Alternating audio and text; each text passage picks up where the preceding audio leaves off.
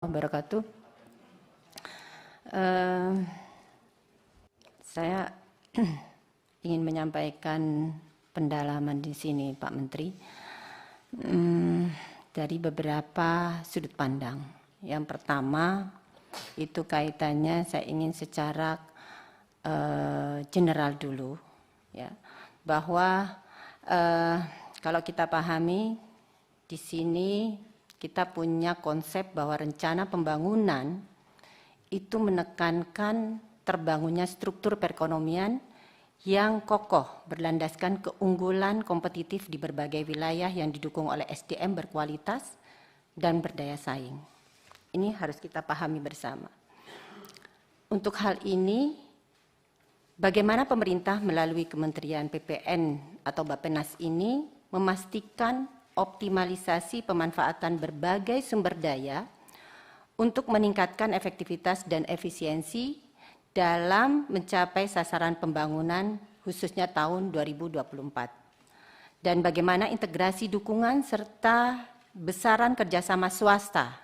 Ini penting saya bertanya tentang kerjasama swasta ini dalam pencapaian prioritas nasional. Kemudian berikutnya, dalam rangka pengendalian pembangunan, Kementerian PPN atau Bappenas ini banyak memberikan edukasi bagaimana PEPP dengan baik. Sehingga intervensi pemerintah memberikan manfaat dan dampak bagi masyarakat mengikuti prinsip-prinsip value for money, making delivered not just spend, dan spending better. Untuk hal ini, saya ingin menanyakan bagaimana Bappenas memastikan hasil pemantauan, evaluasi, dan pengendalian pembangunan terinternalisasi dalam perencanaan dan tata kelola pelaksanaan pembangunan dan belanja APBN tahun 2024, termasuk akselerasi belanja non-KL dalam hal ini pemerintah daerah, sehingga prinsip spending better ke depannya menjadi semakin baik. Itu untuk secara global. Namun juga saya ingin menyampaikan hal yang penting juga saat ini bahwa saya memandang dari fokus pada evaluasi program tahun 2023 tahun ini. Ya, karena saya ingin mengetahui dan memastikan bahwa di tahun 2024 nanti progresnya seperti apa. Gitu ya.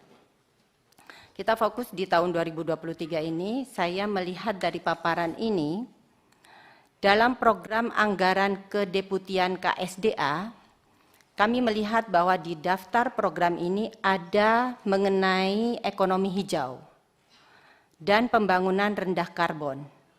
Namun, dengan permasalahan yang terjadi di ibu kota saat ini, apakah di dalam program kerja Bappenas penanganan polusi juga masuk ke dalam program?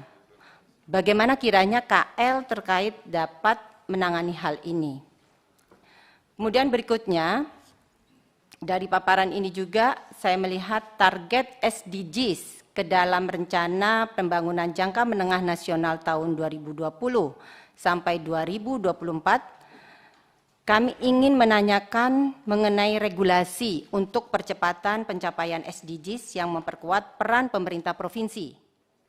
Bagaimana progresnya serta outcome dari kemitraan inklusif antara pembangunan rencana aksi SDGs dan tim koordinasi pemerintah provinsi. Kemudian kami juga tertarik dengan program di bawah kedeputian PMMK. Yaitu manajemen talenta nasional. Ini sangat menarik untuk kita bahas.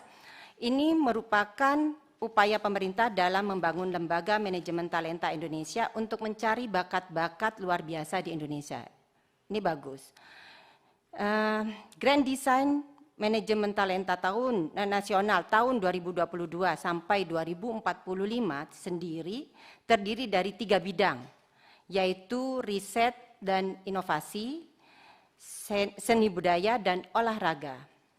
Kebetulan saya concern dalam 3 bidang ini.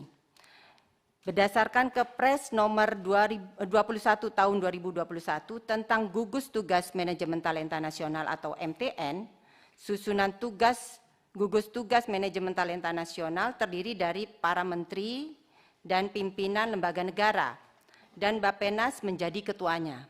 Ini yang kami pahami. Di sini dipaparkan programnya luar biasa, bagus-bagus semua. Namun seperti apa kira-kira pelaksanaannya?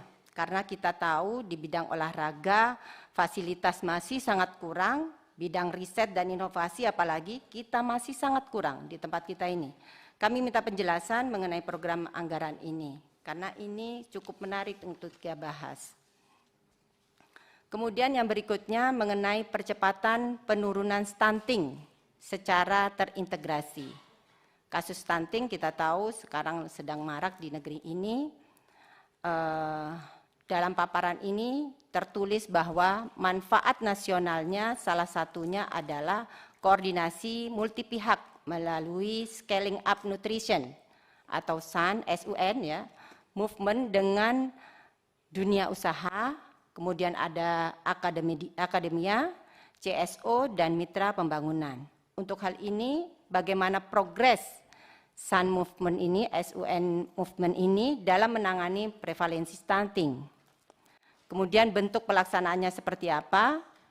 Karena kami jarang diberikan informasi mengenai bentuk konkret dari event ini.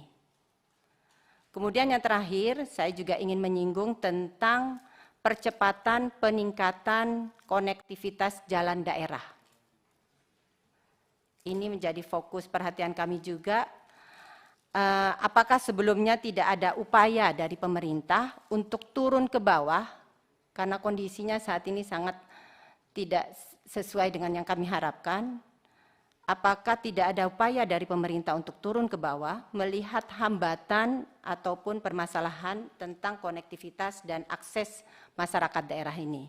Di tempat kami, di daerah Garut dan Tasik, sangat luar biasa permasalahan yang ada hal ini, sehingga menyulitkan mobilitas masyarakat yang di sana. Mungkin ini yang ingin saya sampaikan, pimpinan. Terima kasih. Assalamualaikum warahmatullahi wabarakatuh. Waalaikumsalam.